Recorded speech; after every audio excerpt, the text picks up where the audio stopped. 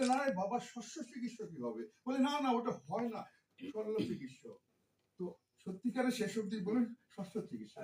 একে আমরা সম্মাননা করি। বেশ বড় একজন আধিকারিক বর্তমানে হুগলি ডিস্ট্রিক্টে রয়েছেন, আমাদের সরকারের রাজকর্মচারী আর কি বলা যেতে পারে,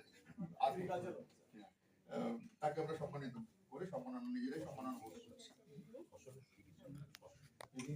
পরে আপনার কথা শুনবো। অমিতাভ বাবু আগে এসে শেষে কিভাবে হয়ে গেল বুঝতে পারলাম না, সিরিয়ালের ব্যাপার বলেন। তো আজকের এখানকার প্রোগ্রাম হচ্ছে আলো অন্তহীন, এবং আপনার তার সাথে হচ্ছে প্রেমের বই আপনার আজকে প্রকাশিত হয়েছে বই মেলাতে। তো সেটার সম্বন্ধে একটু যদি কিছু বলেন। আসল কথা কি, আমি তো অ্যাকচুয়ালি সায়েন্সের ছাত্র, বিজ্ঞানের ছাত্র, অ্যাপ্লাইড সায়েন্স এগ্রিকালচার স্টুডেন্ট। তা সত্ত্বেও এই সাহিত্যটা আমার খুব ভালো লাগছে। 2018 সাল থেকে আমি একটা দুটো কবিতা লিখতাম, আজকে 7.5 বছর হলো। তা আজকে আমার অলরেডি 7টা বই প্রকাশ হয়েছে।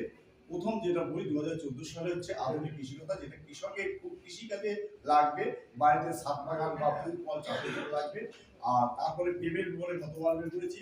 আর একটা হচ্ছে যারা হচ্ছে গ্রামের লোকগীতি বিভিন্ন সমস্যা নিয়ে তার উপর গানের মাধ্যমে সেগুলো কি করে সমাধান করা যায়, ওই বইটার মাধ্যমে আছে।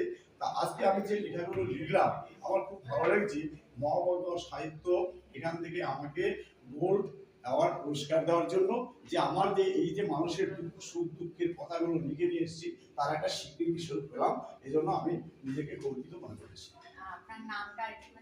আমার নাম হচ্ছে হরষিত মজুমদার। হর্ষ মানে আনন্দ, হরষিত মানে আনন্দিত, মানে হরষিত মজুমদার।